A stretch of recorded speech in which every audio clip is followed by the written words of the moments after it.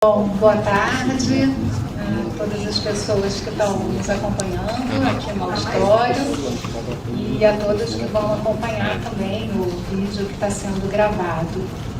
Eu sou Adriana Viana, sou professora do Museu Nacional, UFRJ, e sou também integrante da Associação Brasileira de Antropologia, atualmente co-coordenando, junto com meu colega Gabriel Feltran, o Comitê Cidadania, Violência e Gestão Estatal.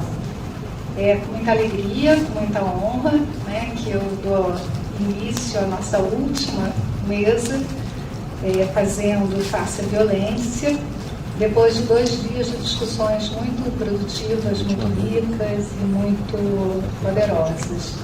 Eu acho que não é à toa que a gente insere esse seminário falando explicitamente de violência, que foi um tema que teve presente em suas mais diversas formas e facetas e perspectivas em todas as outras mesas. Então, ela é uma mesa que, obviamente, carrega um elenco de questões próprias e de especialistas e pessoas que vão nos trazer pontos de vista muito específicos, mas eu acho que ela também tem um potencial de meio que amarrar ou produzir diálogos transversais muito intensos com tudo que a gente viu também ontem e também na manhã de hoje. Então, é com enorme alegria que eu vou convidar os e as integrantes dessa mesa, começando, por favor, pelo Dr. Luciano Maris Maia, que é subprocurador-geral da República e professor da Universidade Federal da Paraíba.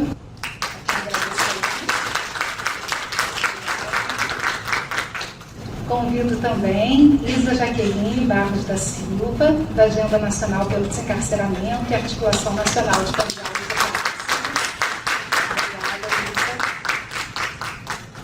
à Darla Mariana Santos Conceição, da Coalizão Negra por Direitos e do Coletivo Sapato Preto.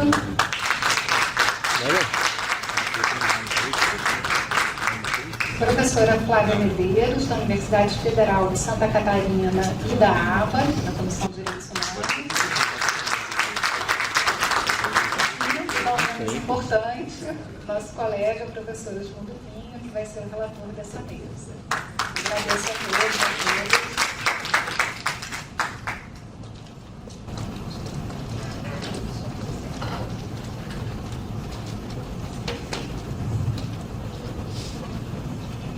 Como combinado, vamos fazer 20 minutos, eu aviso 5 minutos antes, mas como eu estava comentando com a Flávia e o Dr. Luciano antes, 20 minutos é um sinal amarelo, não é um imperativo para parar, mas é uma sugestão.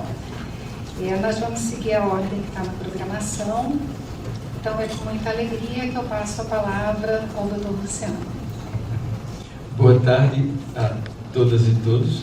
Eu estou honrado em fazer parte dessa mesa e particularmente porque tenho muito mais a aprender do que a transmitir, isso porque na perspectiva do direito, e esse é o meu lugar de fala, o direito como sistema normativo precisa ser preenchido pela realidade social e nesse sentido as ciências investigativas, particularmente a antropologia, a sociologia, tem muito o que dizer para o conteúdo do direito. Estando aqui na Fiocruz, na auditória Fiocruz, eu tenho primeiramente que começar agradecendo o empenho de profissionais das ciências e particularmente das ciências médicas, que tanto lutaram e enfrentaram violências físicas, simbólicas e tantas outras no contexto da defesa da vida.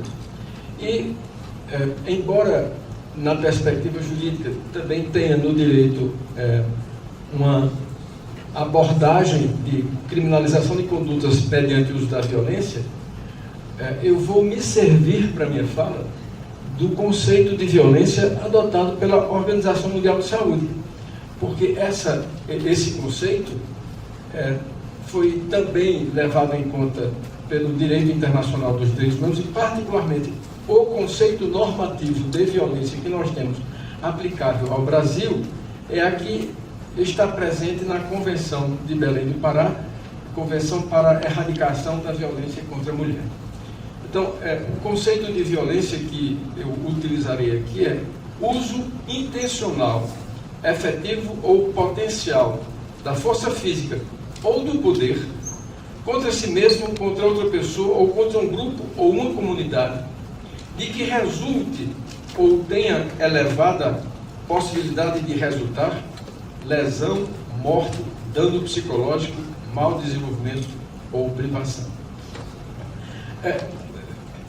Quando nós, portanto, começamos a falar sobre violência ou violências, e estamos num contexto em falar sobre 120 dias de reconstrução, do que nós estamos falando quando falamos nessa reconstrução?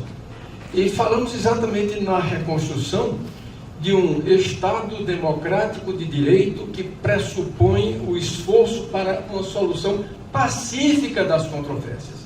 Um Estado democrático de direito pluralista, sem preconceitos, que abomina o racismo, abomina o machismo, abomina o sexismo.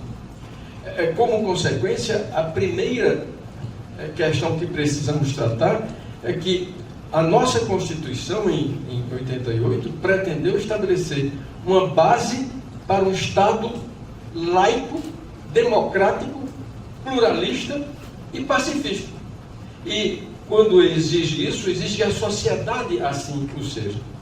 E, portanto, uma dimensão importantíssima que nós temos que começar a perceber é o esforço para entender uma cultura de violência que nós temos no Brasil, e essa cultura de violência é construída em cima de uma sociedade escravocrata, que mantém ainda resquícios de práticas coloniais, e ainda se percebe, como na virada da República, na virada do século para o século XX, um país europeu nos trópicos, com esse esforço, não realizando a inclusão da massa de trabalhadores que tinham sido abolidos na escravidão, mas não incorporados, e cujo primeiro decreto na República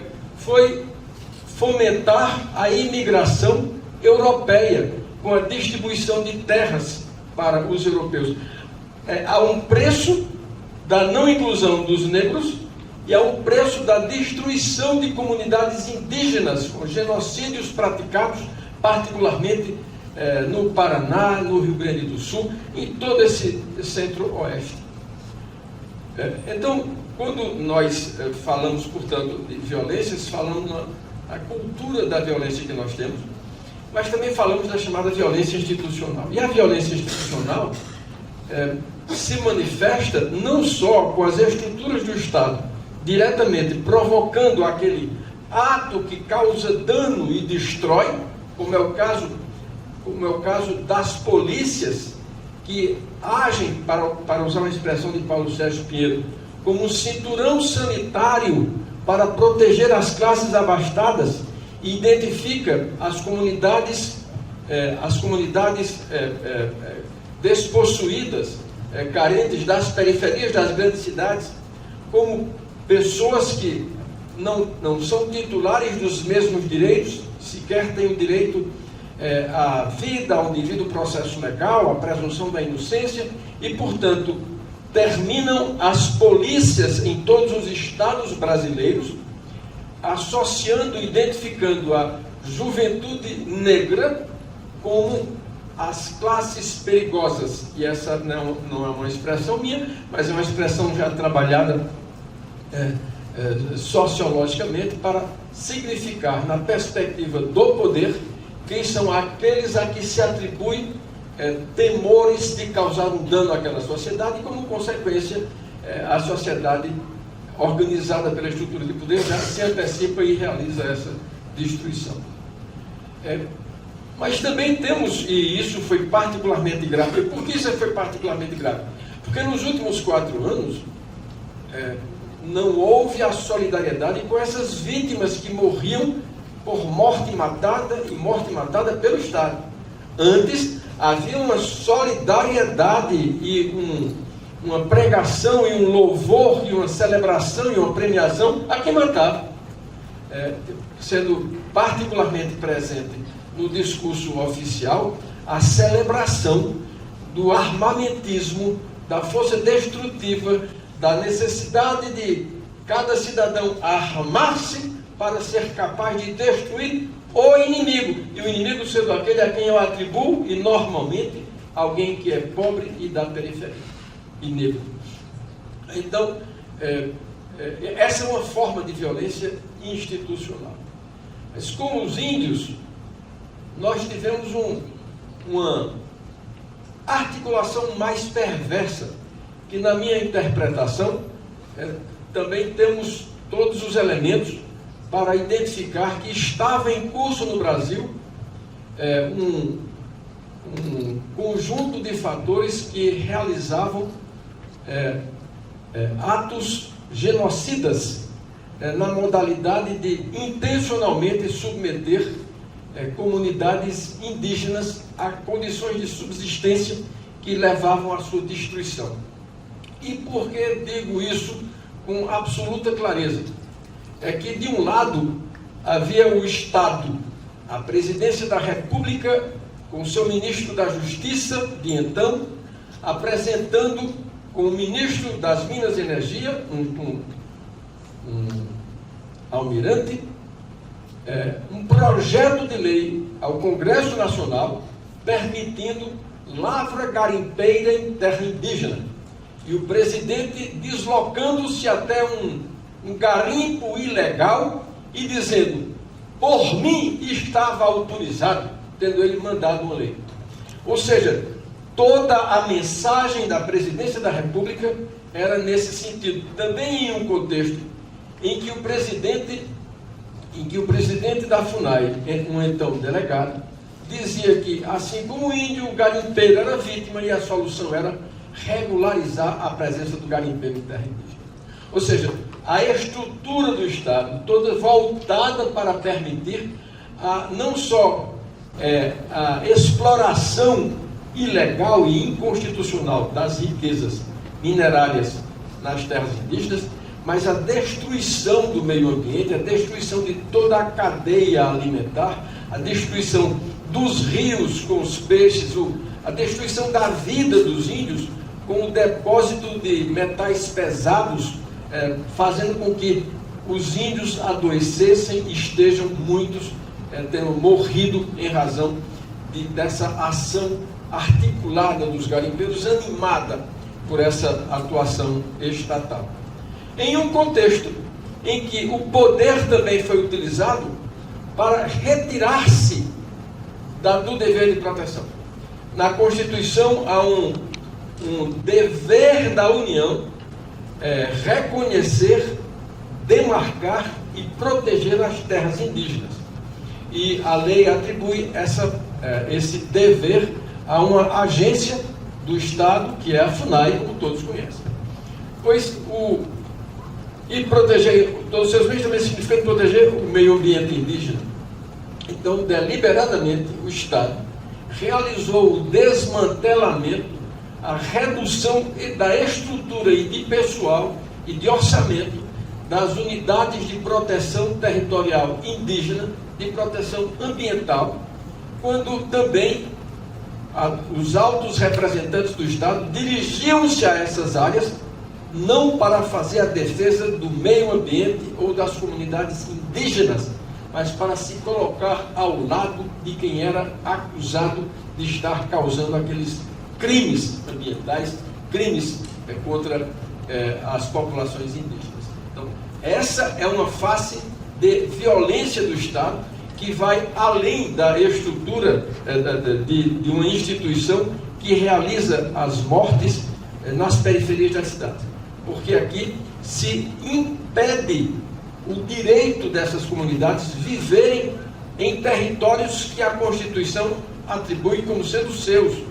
E o que é mais grave de ter acontecido é que em todos esses anos de experiência nesse território que hoje é o Brasil, nenhum dos governos anteriores ousou deixar de reconhecer aos índios o direito exclusivo à posse sobre as terras de sua ocupação.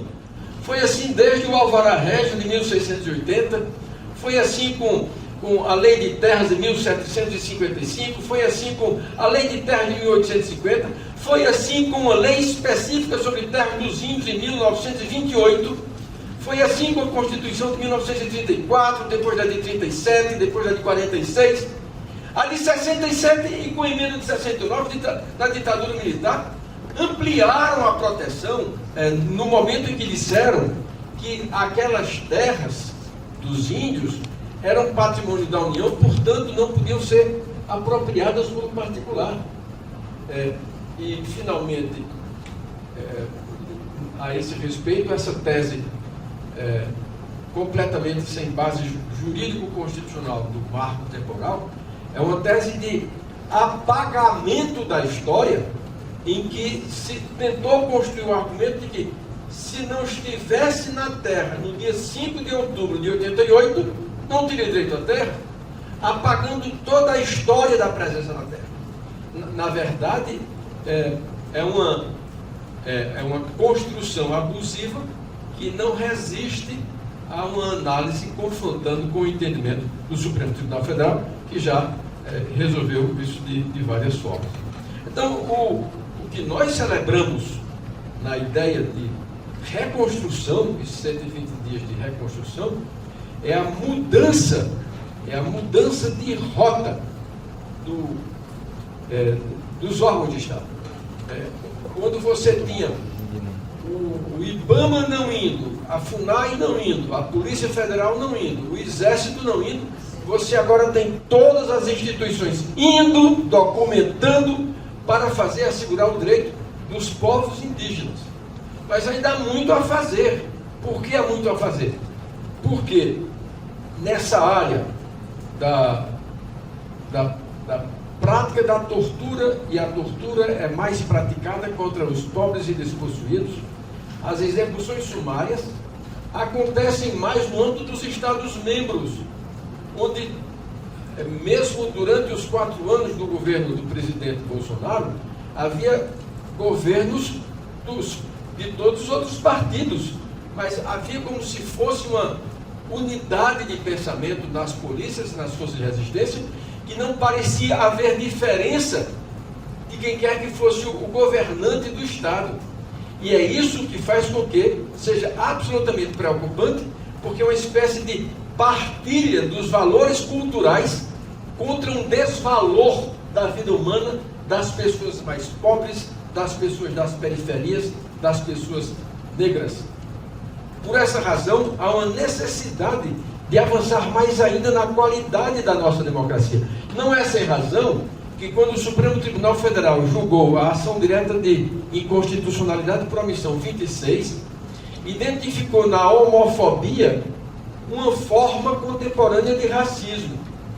Entendeu que racismo não tem só a ver com raça, com cor da pele, mas que racismo é uma forma de pensar em que alguém se sente maior, melhor do que o outro e não reconhece no outro a igualdade de pessoa. Portanto, é um processo de desumanização no outro.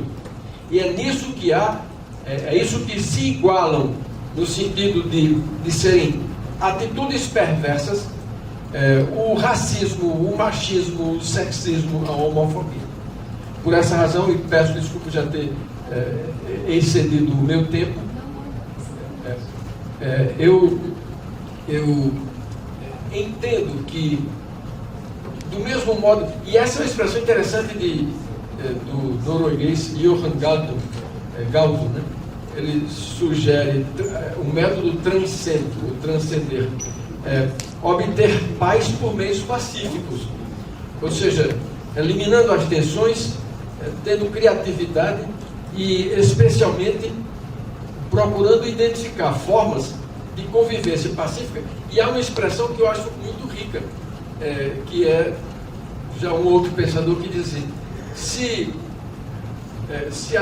se há uma cultura da violência, a violência é algo que se aprende, mas também que se desaprende.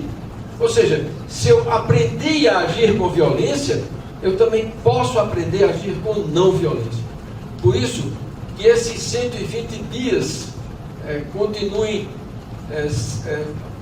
semeando a semente de um modo de solução pacífica das controvérsias, de um modo de compreensão de que uma sociedade pode e deve ser justa, fraterna, pluralista e sem preconceitos. Mas isso também vai exigir de nós que não tenhamos preconceitos e aceitemos dialogar mesmo com aqueles a quem com cujas ideias não concordamos, para tentar identificar como é que, a partir levando em conta as suas ideias, conseguimos construir caminhos de paz. Porque a paz é construída por caminhos de paz. E, portanto, a não adoção de vias pacíficas, ela em si é capaz de gerar violência. Muito obrigado.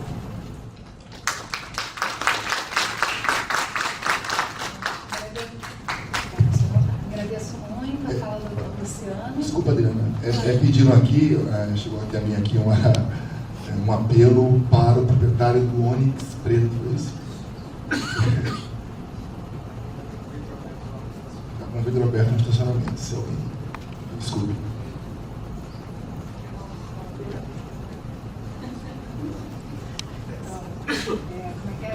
Se esse Onix fosse branco, tinha mandado tirar do lugar. Serviço de utilidade pública. Bom, doutor Luciano, muito obrigada. E agora, com muita alegria, passo a palavra para Isa Jaqueline Barros da Silva, da Agenda Nacional. Obrigada. Boa tarde, pessoal. Motivo de honra, né? Aqui nesse lugar para a gente debater esses 120 dias de reconstrução do nosso país, né? Eu sou Isa Jaqueline, eu sou articuladora da Agenda Nacional. Não está ouvindo, não?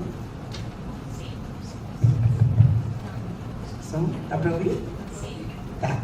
Eu sou da Agenda Nacional pelo Desencarceramento, né? Sou articuladora também da Frente Estadual pelo Desencarceramento em Sergipe. Sou ativista na luta das pessoas privadas de liberdade, né? Tenho um coletivo também formado por mulheres sobreviventes do cárcere. Sou estudante de Direito e também sou sobrevivente do cárcere. Falar um pouco desses 120 dias, né? Falar do encarceramento em massa no Brasil é algo bem complicado, né? Então, eu vou tentar esquematizar aqui algo assim que leve a vocês a repensar, né?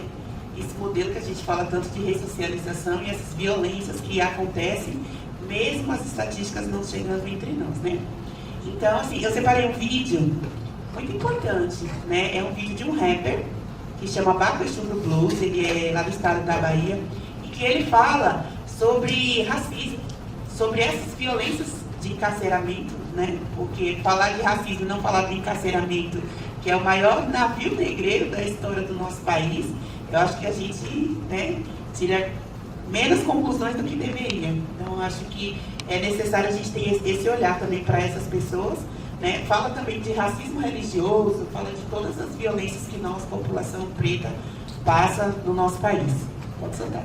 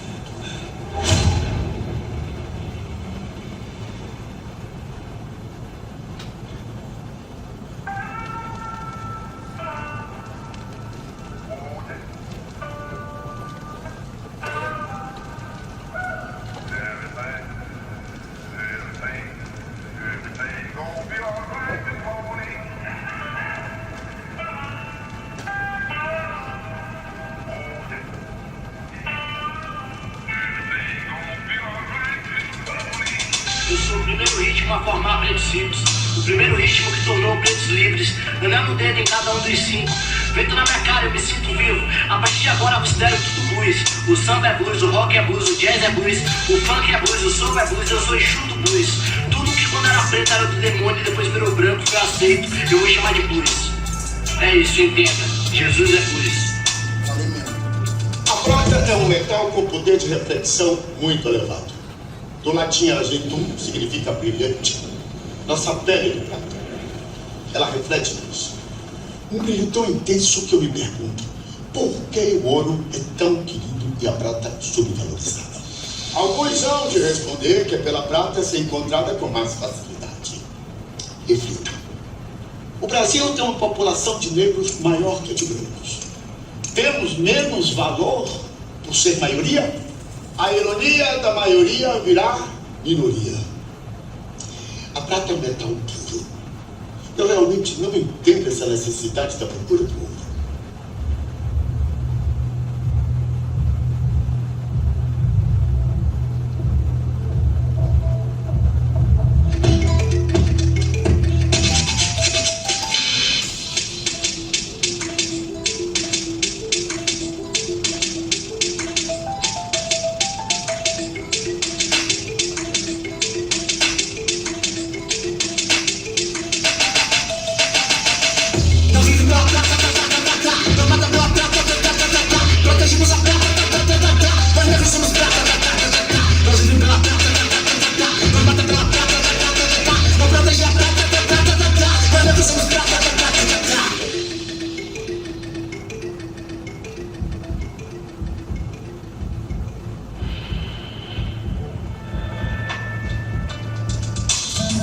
Eu amo o céu com um ar mais quente. Eu tenho amor do meu povo, a cor da minha gente. Jovem masquear, meu mundo é diferente. Eu sou um dos poucos que não esconde o que sente. Eu choro sempre que eu lembro da gente. Lágrimas que são gotas, o corpo é enchente. Exagerado, eu tenho uma pressa urgente. Eu não aceito essa prisão, pra loucura me entende. Baby, nem todo poeta é sensível. Eu sou o maior inimigo do impossível. Minha paixão é cativeiro, eu me cativo. O mundo é lento, o eu que sou imperativo. Me escuta quem cê acha que é ladrão e puta, vai me dizer que isso não te lembra Cristo. Me escuta quem cê acha que é ladrão e prostituta, vai me dizer que isso não te lembra Cristo. Vai me dizer que isso não te lembra Cristo.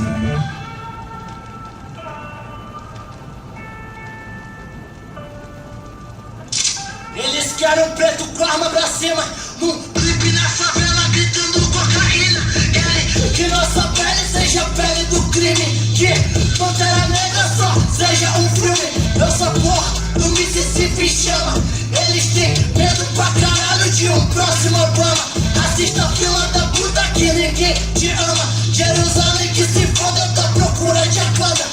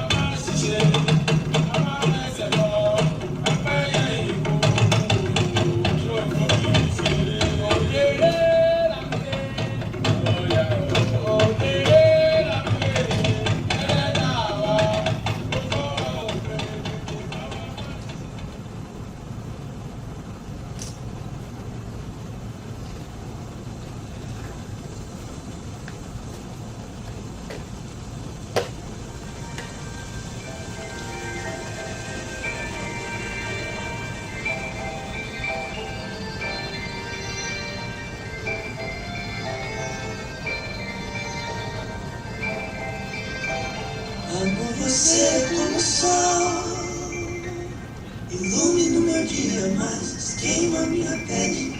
Amo você como sol, ilumina o meu dia, mas queima minha pele. Queima minha minha pele, queima minha pele, queima minha pele, queima minha pele, queima minha pele, queima minha pele.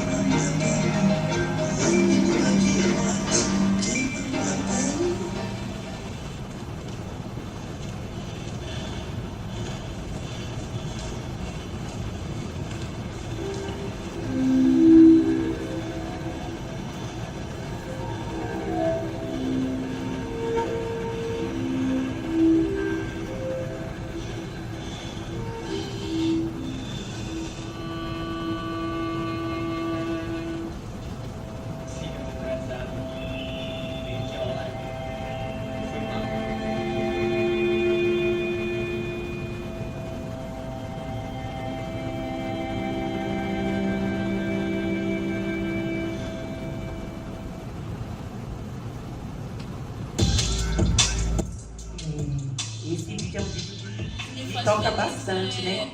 No sentido de que tem coisas que é melhor a gente refletir do que falar, né? Mas é isso. Hoje no país, nós temos quase 1 milhão de pessoas encarceradas no Brasil e sem perspectivas de vida, né? Porque o encarceramento em massa, ele faz com que essas pessoas não tenham essa perspectiva de vida. Às vezes, quem está dentro da unidade prisional acha que o maior problema e a solução, na verdade, desse problema é a liberdade, mas a liberdade, de fato, ela se torna um problema maior, né, na vida desse indivíduo, né? Felizmente, no nosso país, a gente não tem essa política pública de empregabilidade, de inclusão dessas pessoas, não tem uma política voltada também para a saúde para essas pessoas e, principalmente, uma política pública educacional, né? Então, essas pessoas, elas estão às margens, né? Então, quando uma pessoa olha e fala, é um marginal, é literalmente um marginal, né? Porque nós estamos ainda às margens da sociedade.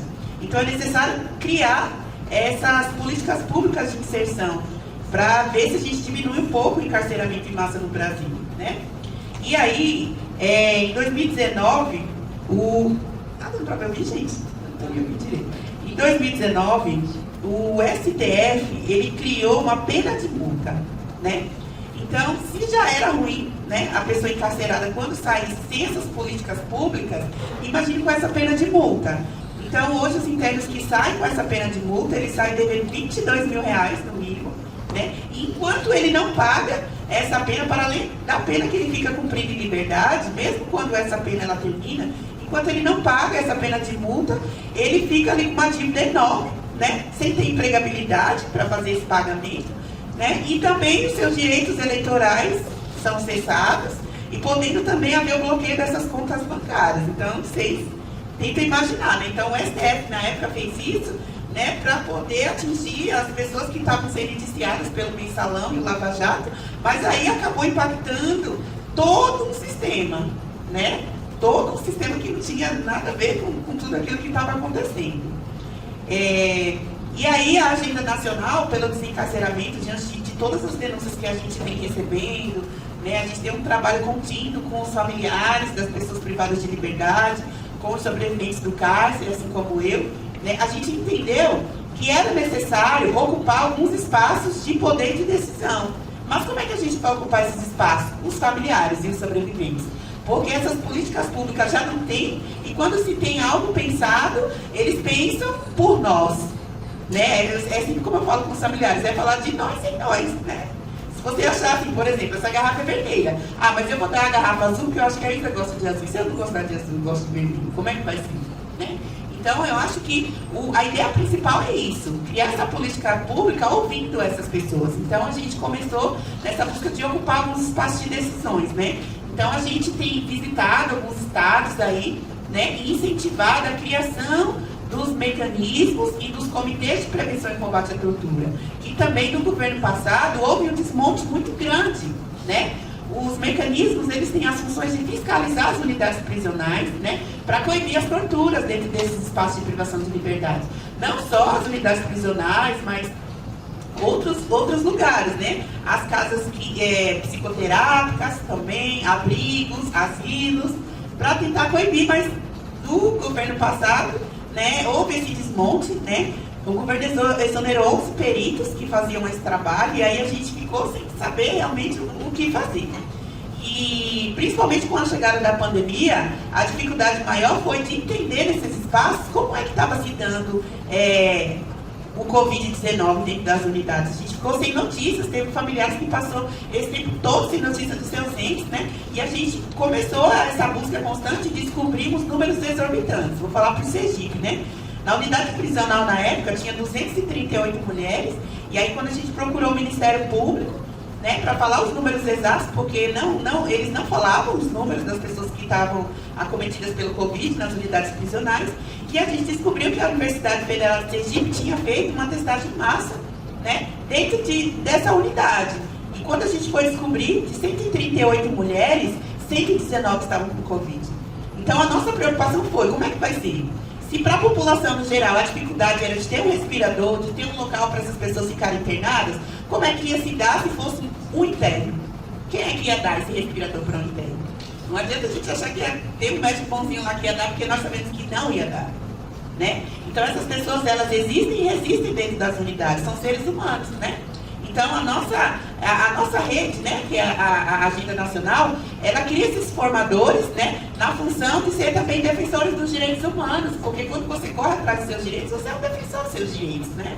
E aí a gente começou, né, a visitar esses estados, né, para ver essa questão dos comitês e dos mecanismos estaduais, né? Então, eu fui presidente do Comitê Estadual de Prevenção e Combate à Tortura do meu estado. Tem apenas 15 dias que eu deixei de ser presidente, porque o presidente só pode ficar um ano lá, mas ainda estou no comitê, né, até novembro desse mesmo ano, e aí deu para a gente começar a construir algumas coisas, né?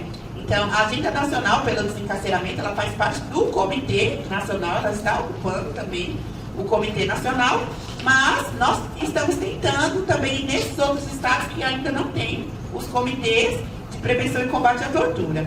E para vocês verem a dificuldade que era tão grande, só agora, em março de 2023, que houve essa retomada, né, da Política Nacional de Prevenção e Combate à Tortura. Então, o Comitê Nacional conseguiu fazer a sua primeira reunião, né, e começar a colocar em prática aí tudo aquilo que foi perdido no governo passado. Então, foi muito importante para nós, né?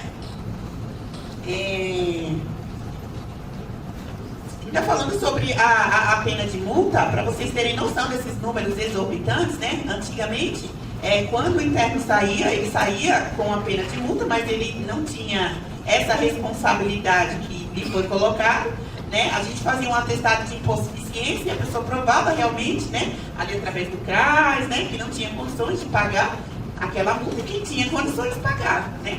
Mas agora, trazendo os números para o Sudeste, em São Paulo, né, foi o primeiro a aderir a esse sistema, em janeiro de 2020 eram apenas 6 casos de pagamento de penas de multa. E agora, na atualidade, de 6 casos em 2020, passamos para 208 mil casos de penas de multa, né?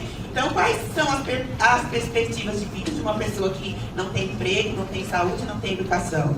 Ah, Isa, mas tem escola, ele não vai porque ele não quer. Não, vou explicar para vocês. Né? Quando ele sai, né, respondendo em liberdade, o interno, ele tem o egresso, né, o sobrevivente, que a gente não usa mais essa palavra egresso, ele tem algumas coisas que o juiz passa para ele fazer, né? Como, por exemplo, ele precisa estar em casa às 8 horas da noite. Qual é a escola que ele vai estudar de 7 até as 8 da noite? Né? A gente tem o EJA, a gente tem o SEJA, né? Mas como é que ele vai ter acesso a essa política? Então, é muito importante quando a gente fala de ocupar esses espaços, trazer à tona toda essa problematização do encarceramento em massa no Brasil. Nós somos o país que está em terceiro lugar, onde mais encarcera pessoas, já estava em segundo, se eu não me engano, né? Acho que é seguido da Rússia, né? E o que a gente tem feito, né, para desconstruir todo esse encarceramento em massa? Quando a gente fala de racismo, a gente precisa lembrar, sim, das unidades prisionais, porque, infelizmente, quem está lá são as pessoas pretas, pobres, periféricas, né, sem essa perspectiva de vida. E, infelizmente, o preconceito é tão grande, né, que aí já passa do racismo com o preconceito para também os familiares. Né, e também na lei, né, na lei de execução penal, fala que o crime não pode passar do indivíduo para o familiar, mas isso tem acontecido. E aí eu falo para vocês da revista vexatória do Brasil, né? Que está proibido, mas que acontece ainda nas unidades prisionais, né? Trouxeram lá o tal de Boris Gun, que é uma máquina de raio-x, para que essas famílias passem por esse maquinário, não precisem passar pela revista vexatória, mas infelizmente ainda existe a revista vexatória, né? Então nós participamos também das reuniões de transição do governo, trouxemos toda essa problematização. Então, quando eu vi ali Preta Ferreira, que também a pauta dela é a pauta das moradias, mas ela também é uma sobrevivente do cárcere, isso assim aqueceu demais no meu coração, né, da intenção de saber que alguém ia pautar o encarceramento, né, porque é necessário ter uma política destinada realmente a essas pessoas, né. Então, nós participamos de algumas reuniões de transição, então a gente percebeu também que no Brasil a gente tem muita força, né, porque a pessoa é indicada para cuidar das unidades no Brasil, na época, logo no início do governo, foi uma pessoa que participou do massacre do Carandiru, e a gente, meu Deus, e agora? Como é que a gente vai fazer? Mas a gente fez toda uma movimentação, né? Conseguimos fazer alguns manifestos e alguns protestos, a gente conseguiu coibir que essa pessoa assumisse, né? Então a gente precisa, de fato, de pessoas que tenham um olhar, né, diferenciado e que realmente coloque em prática tudo aquilo que a gente vem falando, que a gente vem construindo e que a gente leve esse discurso do encarceramento para os nossos espaços também, porque isso é uma pauta nossa, não é só mim enquanto sobrevivente, mas nós enquanto sociedade e cidadão que somos, porque nós precisamos de um Brasil melhor. E para um Brasil melhor, quando a gente cuida de uma pessoa que vem do cárcere, é uma pessoa menos que vai morrer, né? Porque lá é uma política de morte, é o genocídio da população negra, assim, é uma pessoa menos que vai cometer os delitos, e a gente entender também que ela não volta para o sistema penitenciário porque ela quer. Ela volta para o sistema penitenciário porque o Estado não tem esse olhar, né, para entender quem é que essa pessoa precisa ser, né? Então isso também somos nós, a gente precisa tomar para nós isso e tentar mudar essa triste realidade que vem sendo acometida por quase 1 milhão de pessoas no Brasil. Né? Então o número é muito grande, né? E a gente precisa realmente dessa mudança para que de fato a gente consiga um país melhor, né? Então, muito obrigada.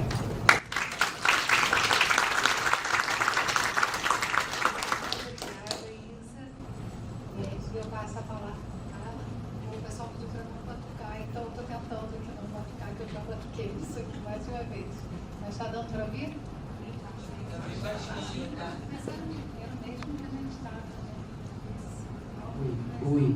Oi. Agora eu passo a palavra de imediato para Darla, que está com um bom microfone, Darla da Coalizão Negra de Direitos. Obrigada. Coletivo Sapato Preto. Boa tarde, gente. Boa tarde a todo mundo da mesa.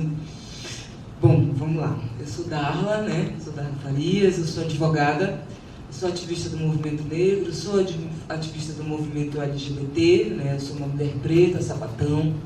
Faço parte do coletivo Sapato Preto, que é um coletivo que nasce com esse nome porque é justamente trazendo os estigmas que são colocados sobre as mulheres negras lésbicas, preta, sapatão. Então, nasce o Sapato Preto.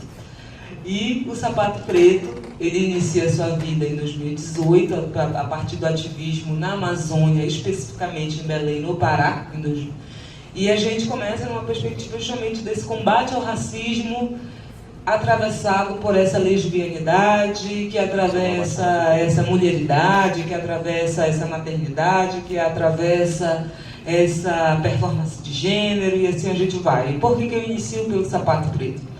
Porque a Coalizão Negra por Direitos, ela é um movimento que hoje ela integra mais de 250 organizações negras do Brasil inteiro. E o Sapato Preto é uma dessas organizações. Né? A gente entra na coalizão em 2018, quando a coalizão inicia a sua perspectiva de retomada de poder ao povo preto de uma forma nacional e através de incidência mesmo, de reuniões de organizações dos movimentos negros que resolvem e compreendem que precisa ser feita uma incidência numa perspectiva de advocacy, numa perspectiva de campanhas nacionais, numa perspectiva de ampliação desse enfrentamento ao racismo de forma muito mais ampliada, para além das ações regionais e ações interseccionadas, né? Por que interseccionadas? Porque a gente tem várias organizações de movimentos negros auto-organizadas que são regionais, inclusive de incidências nacionais, como a Articulação de Mulheres Negras Brasileiras, por exemplo, a MNB, que é uma articulação nacional e é feita de mulheres negras, né? A gente tem a Rede Fulanas, que é uma rede de mulheres negras, mas trabalha na região da Amazônia, né? Da Amazônia Paraense e da Amazônia Legal, por onde os estados da Amazônia tocam. Então, são articulações que já existem, né? Que estão aí há muito tempo, mas que têm algumas especificações e especificidades.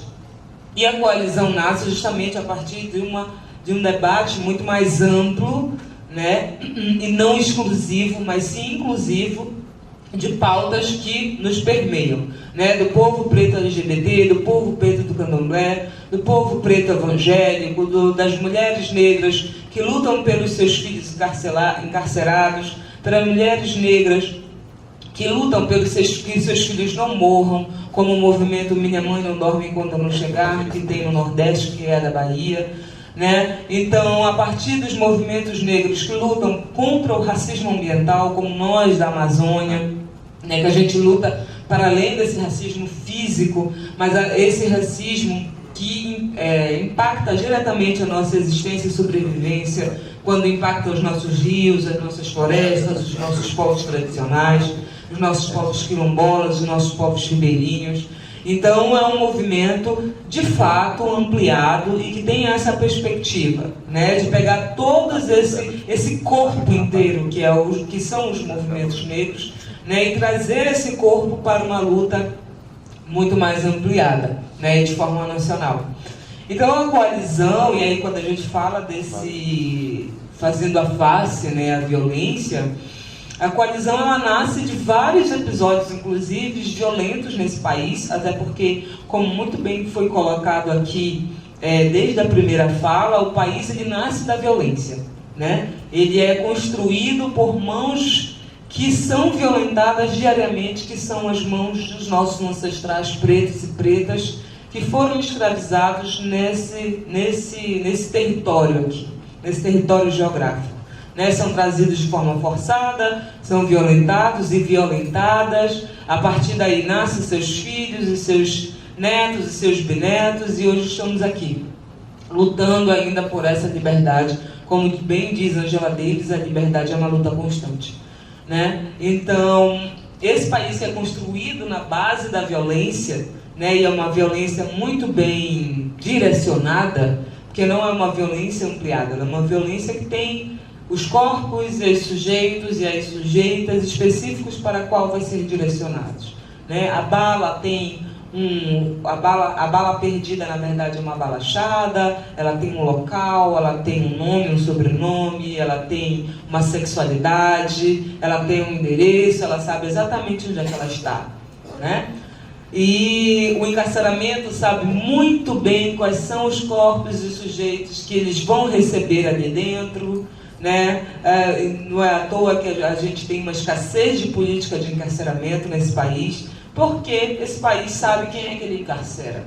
Então, logo, ele entende que ele não precisa promover políticas para isso. Para quê? Se eu vou colocar justamente o lixo humano, né? Aliás, desumano, como muito bem foi colocado, a desumanidade, a desumanização desse ser humano, eu vou colocar ele aqui, enjaulado mais uma vez. Né? Ele nasce, me serve, cresce, eu enjaulo. Né? Porque eles são potências de subversão desse país, que somos nós, pessoas negras, homens, mulheres, crianças, e enfim. Então, a coalizão ela vem trazendo uma perspectiva, né? E aí eu peço que, se alguém... tá. Se puder passar... então a coalizão ela nasce, né, com alguns princípios. Hoje a coalizão ela tem um site, a coalizãonegraspordireitos.org.br. Lá a gente tem a carta de princípios. A coalizão ela funciona com as 250 organizações auto-organizadas. Ela tem também uma operativa. O que significa operativa? São 23 organizações que se auto-organizam e dialogam para decisões, né, sobre o rumo de campanhas, o rumo de atividades, o que a gente vai fazer na operativa da Coalizão Negra por Direitos. Essa operativa, ela é a partir de de se candidata, né? Então pessoas são eleitas para estarem na operativa. É um mandato de 2 anos, né? Então é um mandato bienal, de biênio, em que lá dentro a gente decide de forma em diálogo com as outras organizações ampliadas, como é que a gente vai botar em práticas as nossas ferramentas antirracistas a partir dessa organização, né? Então a coalizão, ela tem o princípio, né, que é nós, organizações, entidades, grupos e coletivos do movimento negro brasileiro, reafirmamos nosso legado de resistência, luta, produção de saberes e de vidas. Estamos por nossa própria conta, sempre lutamos e venceremos, né?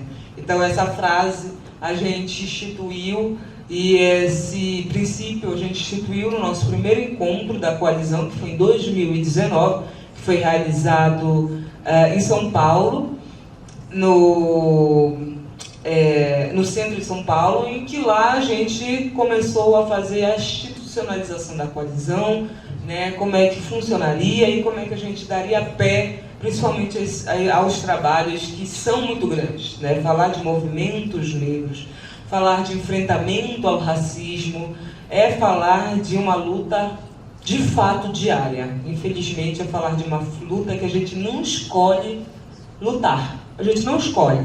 Porque mesmo quando a gente não faz parte do movimento negro, como minha mãe, por exemplo, que nunca fez, inclusive ainda fala de mim, meu Deus, menina, tu virou da esquerda, o que tu fez da tua vida?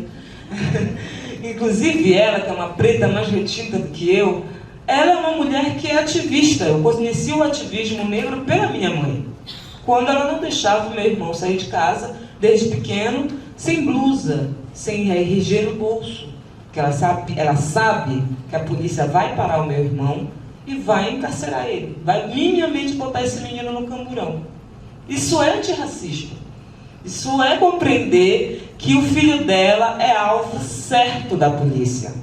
Ela não vai conseguir me explicar por que isso acontece. Ela vai dizer que o preconceito existe, que a gente não pode dar margem para o preconceito, né? Ela vai dizer que eu tenho que andar sempre muito bem vestida, porque se eu andar de qualquer jeito, em qualquer lugar, eu não vou ser reconhecida como uma mulher negra respeitável. Essa é a prática do antirracismo da minha mãe. E ela nunca fez parte do movimento negro algum. Muito pelo contrário, como eu citei aqui.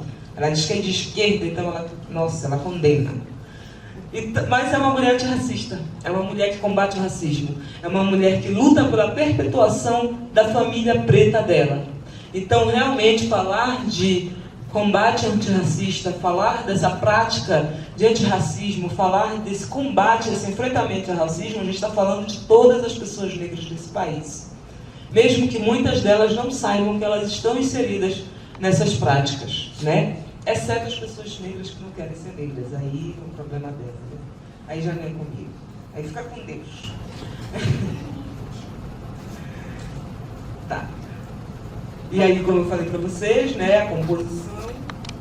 Agora... Ah, tá. Parou. Então, a composição...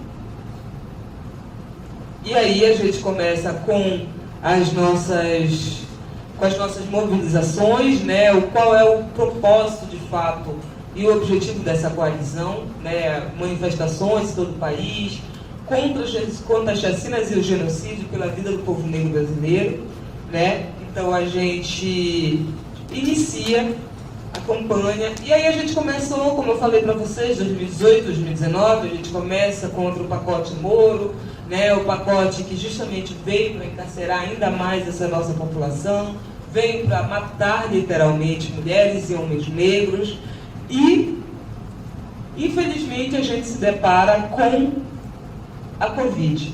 Não, volta. Infelizmente a gente se depara com a Covid em 2020. Né? A Covid pega o povo brasileiro de uma forma absurda, e com o representante do executivo que a gente tinha à época, infelizmente a Covid disseminou a nossa população, com mais de 700 mil pessoas mortas. E dessas pessoas, a maioria delas são pessoas negras.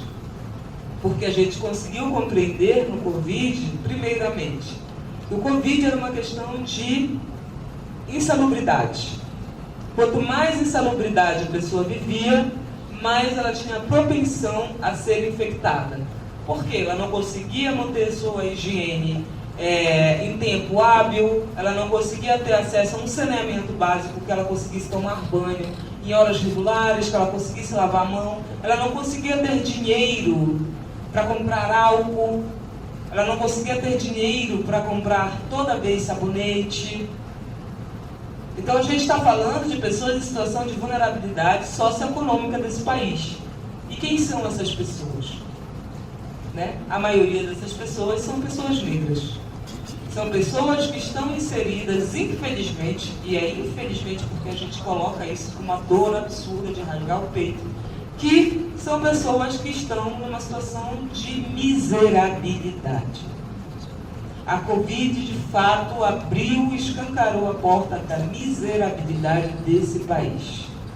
Onde é que a gente estava inserido, que as pessoas que estavam em situação de vulnerabilidade ficaram miseráveis. E a população negra está inserida justamente nessa parte da pirâmide, em uma miserabilidade.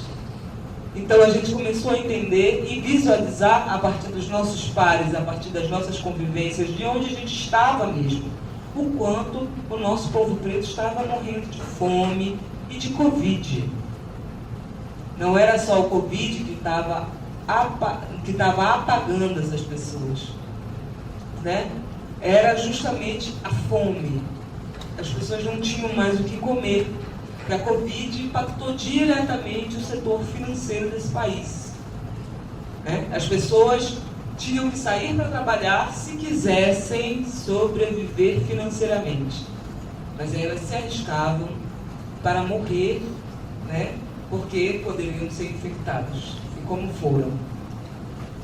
E aí eu venho de uma cidade do estado, Belém do Pará, como foi muito bem colocado aqui, em que o prefeito, à época, em 2020, o prefeito Zenaldo Coutinho, eu falo bem porque nome de criminoso a gente tem que falar muito bem, ele baixou um decreto alegando que as empregadas domésticas eram serviços essenciais na Covid. Elas não poderiam ser dispensadas.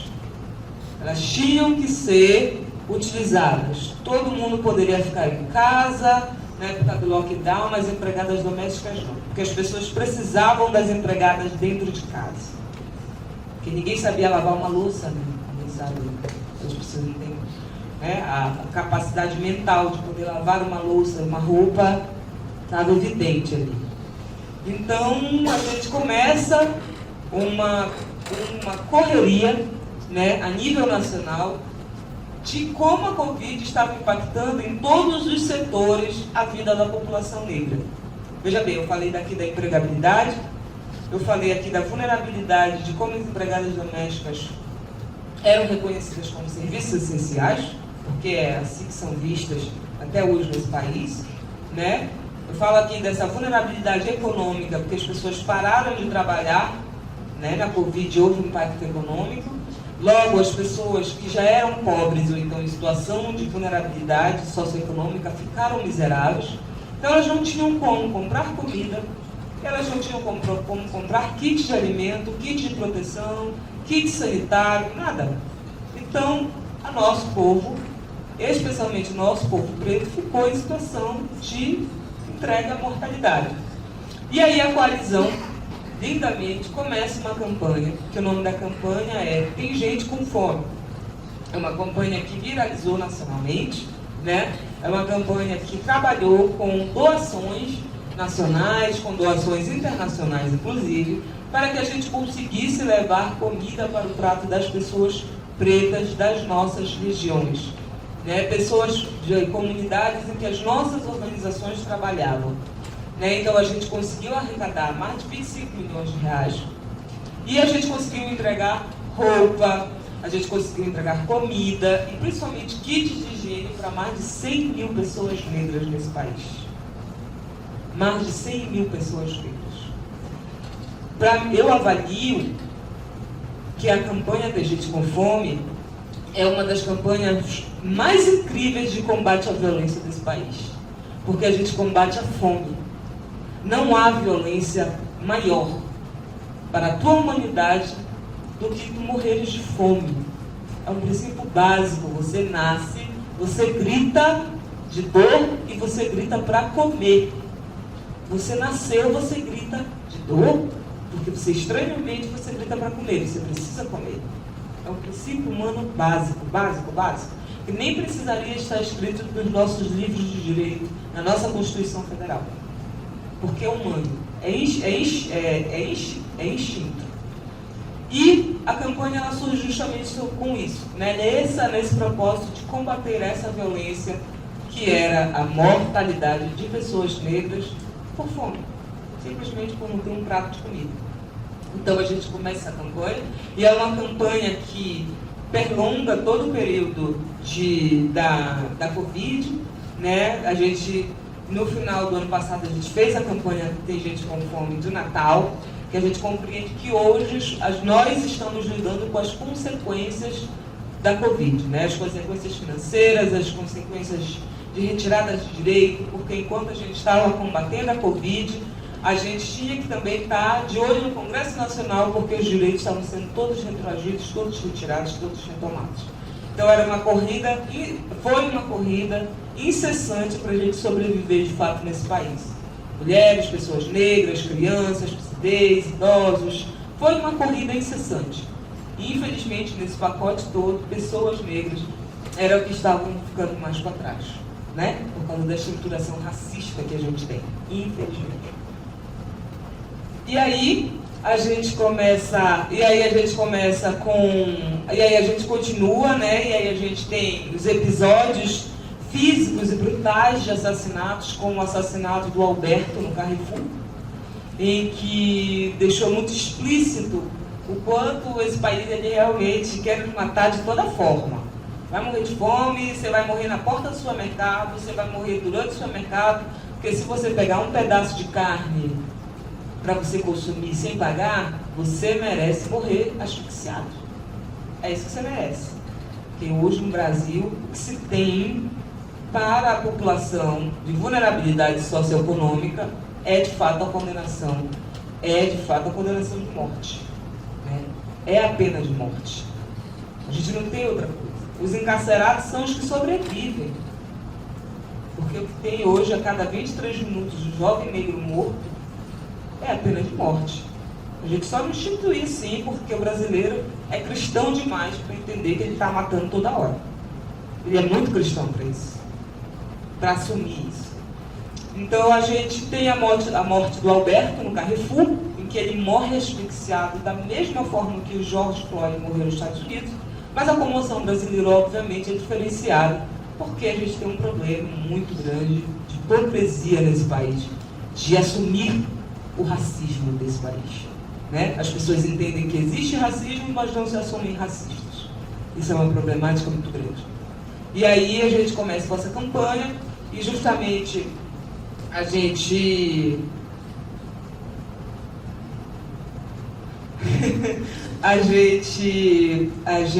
paralelamente começa as campanhas eleitorais, né? Em que a gente começou a compreender e falar, gente, a gente precisa combater violência, mas a gente precisa estar em lugares estratégicos para combater essa violência. Como é que a gente vai mudar a estrutura desse país se a gente não tiver pessoas nossas nos lugares que de fato fazem as leis desse país, que de fato estruturam como é que nós vamos viver, como é que comanda esse país, né? E aí surge a campanha Quilombo dos Parlamentos, que é uma campanha que vem para quebrar essa violência política e racista em que a população preta tem dificuldade de acessar os espaços de decisão, de fato. Em que a gente ainda tem dificuldade, em que a gente é 56% da população brasileira, mas nós temos pouquíssimas representações no parlamento, por exemplo. Então, essa população preta, que é a maioria, é uma população que nem consegue se ver no espaço em que vai determinar como é que ela vai viver. Então, surge o Quilombo no parlamento, em que a gente lança mais de 100 candidaturas negras no país inteiro, né?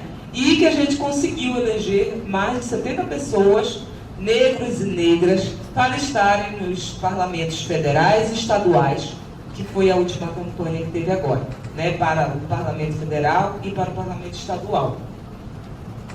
E agora a gente está nesse combate à violência de Alcântara, né, que é a questão da base norte-americana que existe em Alcântara, no Maranhão, que é quilombola. Lá existe uma comunidade quilombola e que essa comunidade vem sido impactada diretamente por essa decisão do governo federal, por essa disputa do governo federal, na verdade, que essa base, né, seja de fato desenvolvida para que seja uma base de lançamento norte-americano, né? Então a gente vem feito esse enfrentamento esse confronto de defesa pelas vidas quilombolas, especialmente não só em Alcântara, mas nas demais regiões do Brasil, né? Por exemplo, na Amazônia, nesse impacto, nesse embate, e esse foco agora a gente está na questão de Alcântara. A gente vem também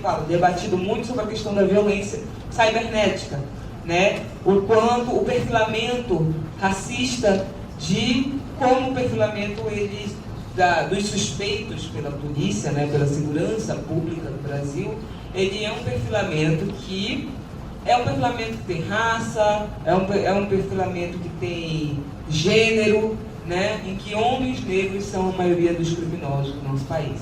Então, falar desse enfrentamento à violência a partir da coalizão é falar dessas inúmeras campanhas em que a gente vem construindo uma política de antirracismo no enfrentamento à violência, de antirracismo no enfrentamento à vulnerabilidade social, no antirracismo nessa reestruturação governamental, nessa reestruturação de sociedade.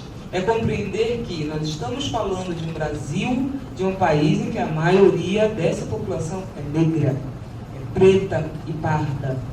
Não tem como falar de reestruturação social sem falar de antirracismo. É impossível. Senão a gente não consegue avançar na pauta. A gente não consegue avançar na vivência de pessoas negras. A gente não consegue alcançar a dignidade humana de pessoas negras. É impossível. Então é por isso que hoje a coalizão, ela traz o lema de que enquanto houver racismo, não haverá democracia. E aí eu agradeço muito.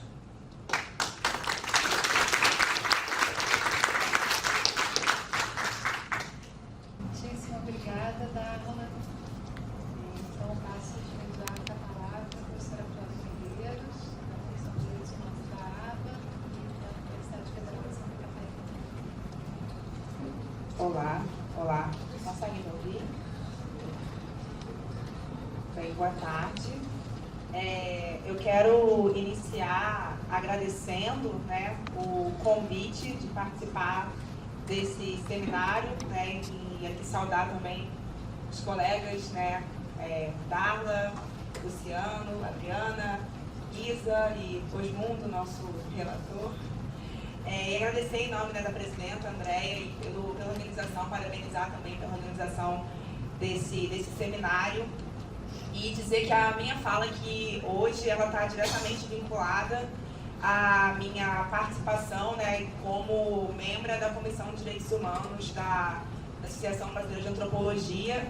E então é desde esse lugar, né, que eu vou falar. Eu preparei um texto, não para dizer que eu vou respeitar o tempo, mas para não me perder nas minhas próprias ideias, na verdade. A defesa dos direitos humanos, desde a perspectiva da antropologia no Brasil, tem se dado a partir de suas múltiplas definições, conflitos e debates sobre o que suas concepções engendram. Há mais de 20 anos, a ABA, por meio da sua Comissão de Direitos Humanos, tem se dedicado a observar e contribuir em espaços com pessoas e grupos articulados em forma de atuação na luta pela ampliação e garantia de direitos.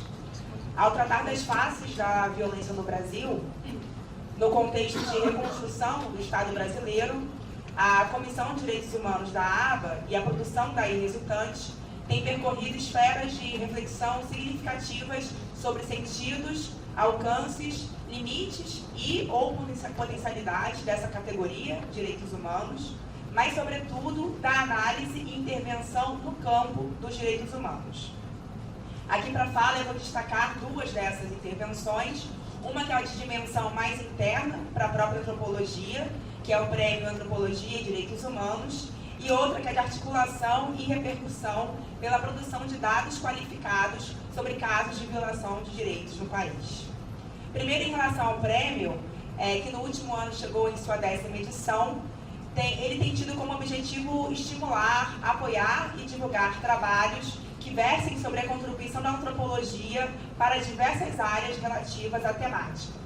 A partir dos trabalhos inscritos e premiados, vislumbramos como os temas evidenciam uma diversificação dos problemas abordados nas pesquisas em antropologia e, mais especificamente, da articulação e inserção das nossas discussões no campo dos direitos humanos, o que nos permite afirmar que os esforços sucessivos na organização do prêmio em prol da problematização e relativização da categoria de direitos humanos têm rendido frutos relevantes e resultado em um empreendimento bem-sucedido de formação do campo ao estimular novas produções e acolher problemáticas vinculadas a direitos sociais e civis, a desigualdades, das quais...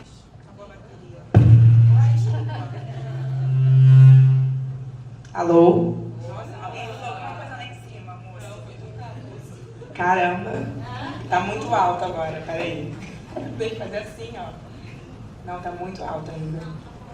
Mas eu tenho que segurar de muito longe. Tá, agora tá pra ouvir? Tem que fazer assim. Então deixa eu retornar aqui. Então, a gente tem acolhido problemáticas vinculadas aos direitos sociais e civis e às desigualdades das quais resultam diversas violências, mas também aos intensos processos de luta, mobilização e defesa de direitos. Como resultado da premiação, a gente organiza coletâneas com os trabalhos premiados e produzindo aí uma robusta referência bibliográfica sobre a contribuição antropológica no campo de direitos humanos no Brasil. Além do prêmio, a gente realiza outras atividades, como eventos, os webinários na TV ABA, atividades de difusão e divulgação de iniciativas na defesa de direitos humanos, a articulação com redes, movimentos e coletivos sociais e da sociedade civil vinculado ao tema, e especialmente entre comissões e comitês da própria associação, e a elaboração e divulgação de notas, não só de repúdio, mas também de apoio e outros tipos de declarações públicas. É por meio desses registros por escrito que a gente tem elaborado que demarcamos uma posição, sobretudo de denúncia e resistência diante das graves violações de direitos, mas também de solidariedade, luto e luta junto a vítimas, familiares e sobreviventes. A partir de casos específicos, diretamente ou indiretamente relacionados aos nossos contextos de atuação, seja como pesquisadoras, professoras, militantes e ativistas, nos posicionamos de forma a denunciar e encaminhar a órgãos competentes diferentes violências, incidindo também na produção da memória e da repercussão por meio da identificação desses casos num contexto mais amplo de violações e afirmando reiteradamente sobre cada um desses casos que não são um caso isolado. Especialmente nos últimos 4 anos, a postura antidemocrática de um governo autoritário e de extrema-direita no nível de executivo federal agravou-se de forma intensa, especialmente nos anos de 2020 a 2022, que já foi, inclusive, debatido aqui, apresentado pelos colegas, com a pandemia da Covid-19. E como foi refletido numa nota que publicamos na ocasião do marco de 500 mil mortes pela doença no Brasil, em 21 de junho de 2021. Nota essa escrita em parceria com o Comitê de Antropólogas e Antropólogos Negras e Negras, também da ABA. Esse modelo de gestão e regulação da doença, da Covid-19, adotado pelo então governo brasileiro, nos permite indagar o quanto essas mortes ditas naturais, especialmente, né, aquelas diretamente vinculadas ao coronavírus, mas agora também, né, como a Darla acabou de apontar, né, os efeitos sociais também da doença, poderiam também ser vistas como mortes violentas, posto que se baseiam no agenciamento omisso do Estado, numa ação intencionalmente direcionada para proteger e privilegiar algumas pouquíssimas vidas e deixar morrer outras tantas. E aqui também, né, um paralelo direto com o que foi a fala do Luciano. Essa postura se verifica pelo desprezo em relação à aquisição e aplicação de vacinas, propagandas negacionistas, difusão de tratamentos ineficazes, falta de estrutura hospitalar, incluindo o tratamento de vidas humanas como cobaias, como foi o caso ocorrido em Manaus. As pesquisas conduzidas por cientistas sociais em todo o país, nesse contexto, demonstram como a doença foi operada como dilatadora das desigualdades, no qual, por meio de estruturas racistas, repressivas e autoritárias, vidas foram tomadas pelo valor de produto, de coisa, como meio de produção e, portanto, passível de descarte e eliminação.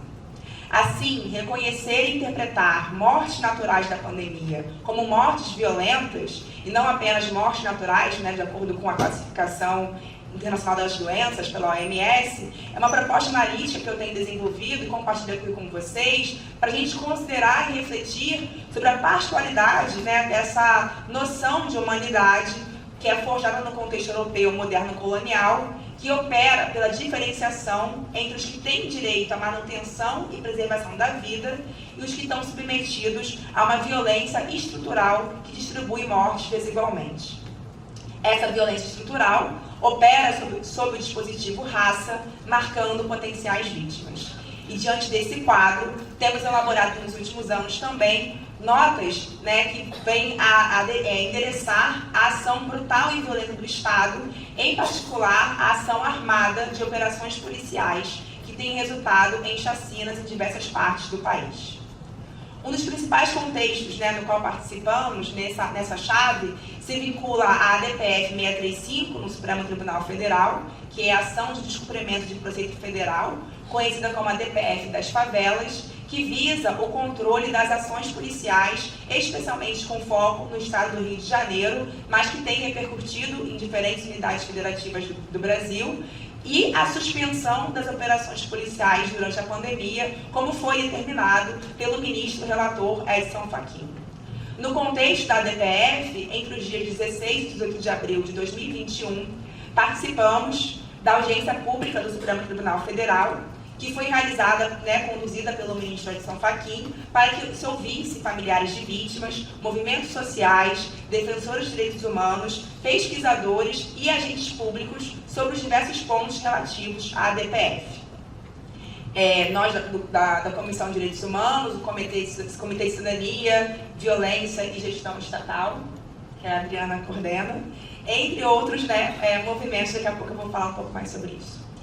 Entretanto, 20 dias depois da audiência pública, a Polícia Civil do Rio de Janeiro realizou a que até então foi a operação policial mais letal da cidade, com 28 vítimas fatais. 27 pessoas, moradores da comunidade do Jacarezinho, e um policial civil. Essa operação ficou conhecida como o Massacre de Jacarezinho e foi denominada Operação Exceptis, que fazia alusão justamente à possibilidade da realização de operações policiais apenas em casos excepcionais, como previsto pela decisão preliminar do ministro.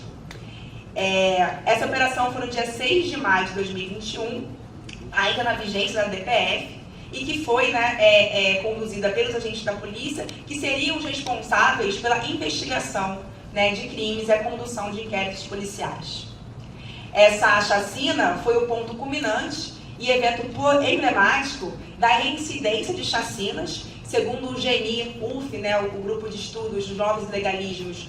Entre 2007 a 2021 foram realizadas 594 chacinas pela polícia, com 2.334 pessoas mortas por agentes policiais, e que evidencia, né, como essa frequência, né, cada vez mais letal dessas operações que são perpetradas especialmente, né, por grupos armados oficiais e extraoficiais. Diante do massacre de Jacarezinho, nós elaboramos uma nota pública que foi difundida no site da ABA e, por meio dessa, endossamos as demandas da nota que também foi publicada pelo Comitê Cidadania, Violência e Gestão Estatal. E juntos, né, membros de ambos os comitês e comissão, elaboramos um artigo publicado na revista Le Monde Diplomatique, analisando a entrevista coletiva dos delegados que participaram da operação. Na entrevista, eles relativizaram a violência da operação e, ao contrário, justificaram a brutalidade impetrada em nome de uma guerra dos ditos cidadãos de bem, que seriam eles os definidores dos limites da lei, ao contrário de um certo ativismo judicial, de qual nós, inclusive pesquisadores e defensores de direitos humanos, faríamos parte. Ativismo judicial esse que, segundo eles, é esse que contesta as operações policiais.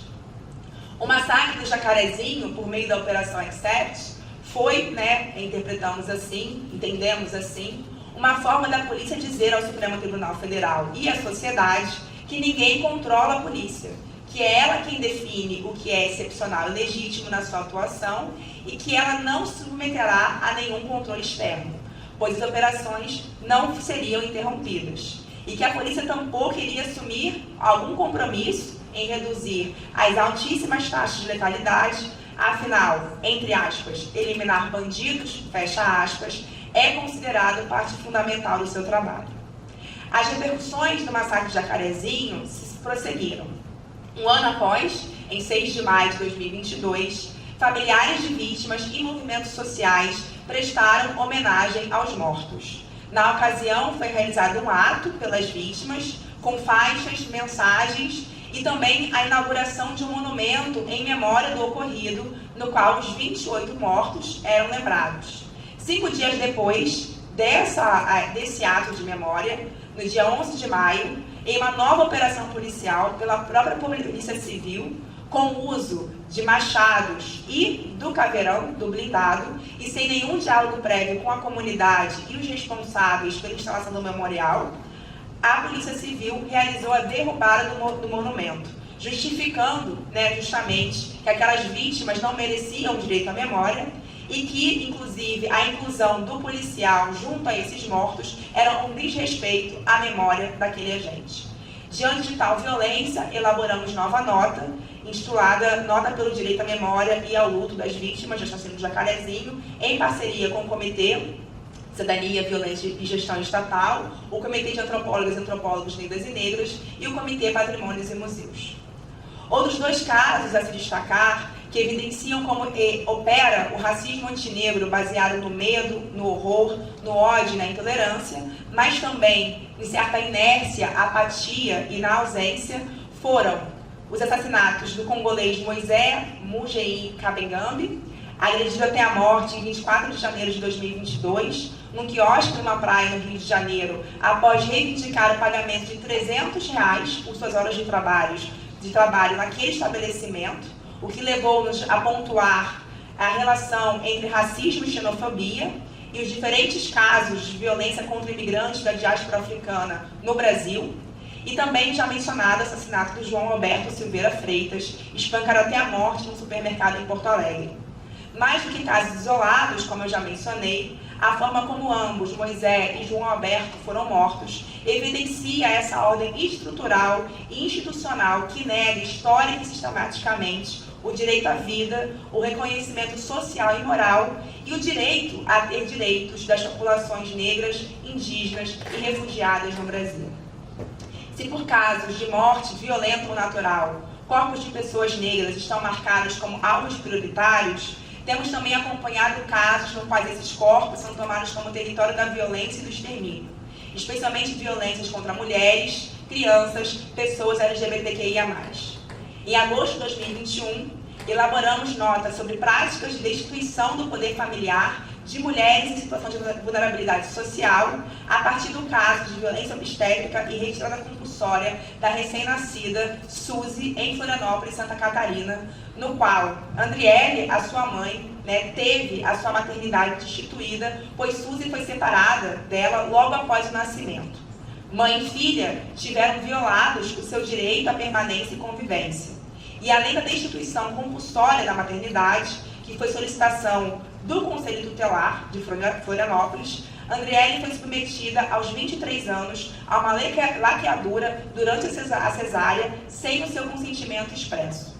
Tal fato se caracteriza como uma esterilização compulsória e, somado ao impedimento da amamentação, reforça a situação de violência obstétrica do qual Andriele foi vítima. Como temos acompanhado desde a Comissão de Direitos Humanos, o caso de Andriele Suzy também não é um caso isolado.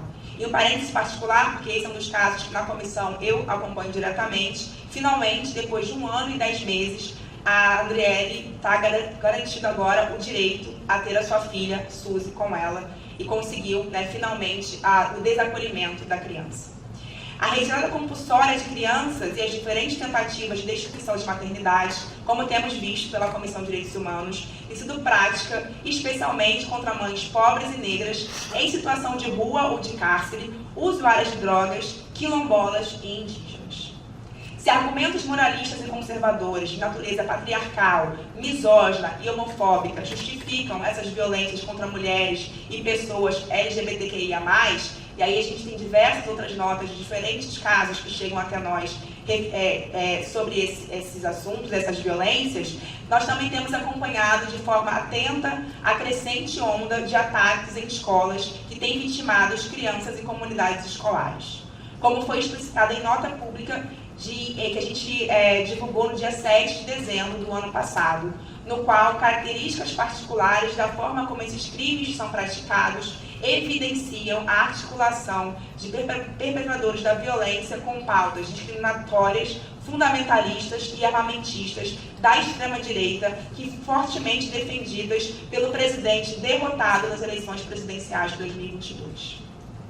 O aumento da circulação de ideias, discursos e práticas de ódio, intolerância, calcadas no nazifascismo e fundamentadas numa pretensa supremacia racial e moral da branquidade conservadora nos últimos 4 anos, não foram ao acaso.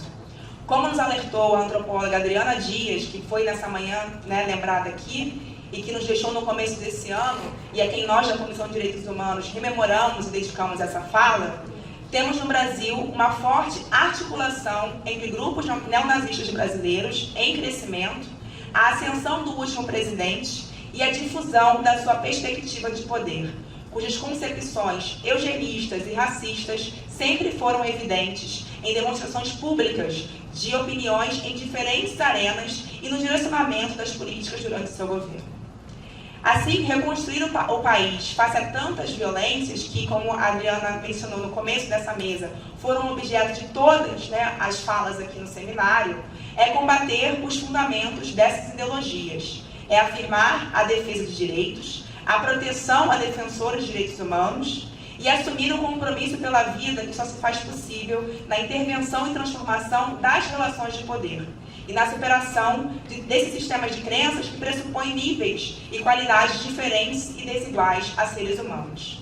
A Comissão de Direitos Humanos da ABA, desde a contribuição como antropólogas e antropólogos atuantes na defesa de direitos humanos, entende que é urgente afirmar a diversidade como valor para construir e executar políticas públicas de memória, verdade, justiça e reparação para as vítimas, familiares e sobreviventes.